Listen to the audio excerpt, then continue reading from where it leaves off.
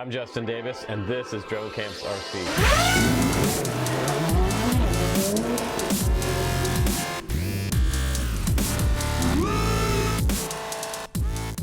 Today we're going to check out what might be the best beginner FPV quad out there. This is the Eachine Novice 3.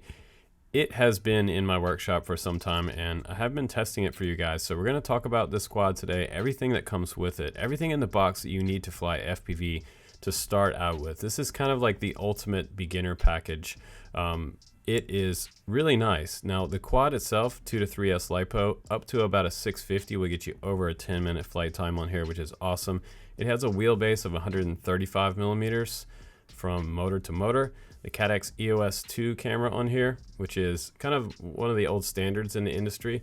Plenty of protection, sidewalls, 3mm carbon side plates, and we have plug and play no solder replacement parts for the whole entire quad, which is really cool. So motors replace with no soldering required. Up top we have built-in LEDs and a buzzer for your quad. If it goes down the field, you can't find it, you flip the switch on your transmitter, it'll start beeping. 400 milliwatt VTX with DVR and smart audio on board. That's your record button, and this is your bands and channel button right there. On the other side we have a micro SD card slot for 1280 by 720 videos. Static free, by the way. F4 AIO flight controller. Everything's all in one right there and replaceable, which is cool. The XT30 right here, that plugs into your 3S 450 battery that comes along with it. The T 3x2 props by HQ, some of my favorite props, super smooth. And the 1203 5500 kV motors on here. Some of the larger motors and smoother motors that I've seen on any micro brushless to date for a beginner series. 4 bolts on the bottom plate, 3mm carbon unibody on the bottom of this quad. Make it pretty durable. And inside the box I also got 2 Tattoo 3S 450 batteries, which is going to get you about a 5-minute flight time. I'm not sure if you can get 10 minutes out of those. You also got an Eachine pair of goggles as well. Those are box goggles, and they also have buttons on here for the menu, bands and channels, your power button, and an auto search button on the far right hand side. And these worked out pretty good for me. They also have a strap with the top head strap and the 2 side straps, and you also have nice foam padding around the front of the goggles and a magnified lens in the front with that singular screen on the inside. Pretty nice. And the 2 to 4S charger, which is cool because if you get a 4S quad coming up, after you have this one, you can charge 4S batteries. So 2, 3, and 4 cell batteries. You just plug in the balance lead there, and this will start charging, and it'll start showing you your individual cell count, which is kind of nice, and then your full display for the total battery voltage on here, 11.9 volt and still charging.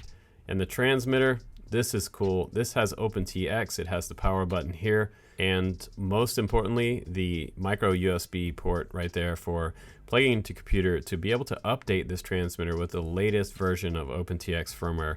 That's what most of the guys in the quad community are flying, OpenTX. So you have quite a few buttons on here for your menus in the middle screen there. You have switches as well as up and down menu navigation buttons, and you can go up, down, left, and right with those and press the enter button in the middle for making a selection. Up here you have different switches that you can set up in Betaflight, but these come pre-set up for your arm switch and all of your modes switch. You have your throttle on the left hand side right here. This is your yaw axis, and your roll and your pitch axis right here makes the quad go left, right, forwards, and backwards. You got a little kickstand, and on the back here you can actually use one of your 3S 450 batteries and plug it in right there. This thing will take up to a 3S battery, and you're good to go for quite a few flights. And also worth mentioning in this kit is you get extra props in the box, which is cool. You get an extra screwdriver, a tool for taking your props on and off. You get a bag for your transmitter or your goggles if you'd like, which is kind of nice. You also get a strap for the case, and you get that charger that I showed you before. But it does have a lot of extras in the case, which I think is kind of nice. So you have everything you could possibly need to work on the quad or get the quad going. Also, to enter smart audio, guys, you're going to press left on the throttle stick and up on the right hand stick, and that'll put you into the screen menus and let you change your bands and your channels from your transmitter, which is really nice. Most of the guys that are flying FPV do that. Smart audio is super popular. So put the quad on the scale, and this is without any battery, 69 grams, well under that 250 gram mark. Now let's put the stock battery on there, the 3S 450, and that's going to get us up to 109 grams. And let's go ahead and try out some of my favorite batteries that I flew on this quad. The 550 is going to get you closer to 8 minutes. in my experience. A 3S 550, 121 grams there, not bad. Now, probably the longest flying battery on here that this quad could take is up to a 3S 650, and that's going to get you above the 10-minute flight time. 129 grams, not bad at all. Let's go ahead outside and do some flying. All right, guys, now we can finally do the FPV flight test, and we're going to do a lot of stuff for this review here with this particular quad, because I know a lot of guys are looking at this, and I want you to see this quad from all angles, and also kind of an unbiased angle. So we're going to talk about the pros and cons, the good stuff, the bad stuff. Today it's about 40 degrees outside, so I'm going to get a little bit less flight time. The other guys are claiming 10 minutes. I don't know if they're claiming 10 minutes off the 3S 450, but I highly doubt it with these motors on here, because I've flown this power combo setup before, and it can be quite taxing if you're heavy on the throttle. If you're just cruising around like this, you should be fine, but also you want to keep your batteries warm. For the new guys who are just getting into this, keep them in your car, keep the heater on, and the last minute, go ahead and fly. Take them out of your car and fly. Now, what you're looking at here, this whole first section right here, this is the onboard DVR. So you actually see no static right here. And this is nice because your goggles don't come with a DVR, but the quad does. So now you're looking at the FPV feed. This is what the goggles see. Also recorded from another set of goggles, so you guys can actually see what it's like when you fly FPV. Very important that the new guys know that you will see some static, but this quad has all the freestyle capability of any other type of micro brushless out there.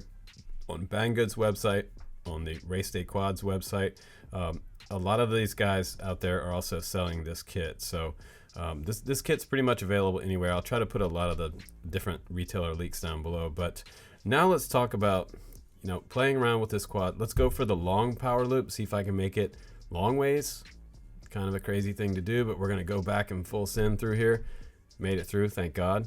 And let's talk about flight characteristics. I'm flying acro right here. I'm going to try another sketchy gap. I'm all the way across the park right here. And I'm running on the stock 25 milliwatt as well. So I'm really pushing this VTX out there. See what kind of range I can get from it. Performance, it's really smooth. Super smooth, very predictable lines that I can create with this quad. And when I speak of lines, the lines that I'm going to follow, where I think I'm going to go next. It's very hard when you're first learning how to fly FPV to make a nice line. You'll be doing all kinds of crazy stuff when you first start, but the better you get as a pilot, and start noticing that you go to the same spot to fly all the time, and all of a sudden you got this really cool line going. Now underneath this steel little overlook right there, that was a hard place for that VTX to get the video back to the goggles, and it actually did pretty good there, so I'm impressed with that. But it will also give you plenty of range, and I'm speeding it up right here so you can see how far across this park I actually flew. I mean, this is probably like 3 football fields across right here. And that little built-in SPI receiver, it is running on D8 in the radio, so the fact that I can get that far across with a built-in receiver is really, really good, because it does have those diversity antennas that come out the top of the quad. And stick those out the top, mount them with some zip ties, and you'll get this kind of range with it, which is awesome for an SPI receiver.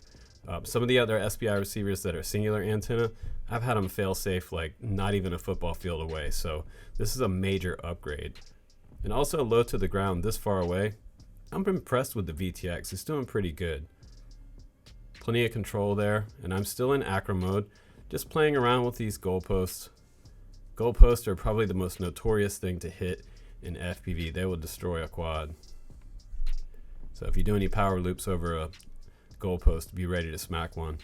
You might break props, possibly your frame. I've broken frames on them before. Not super cool.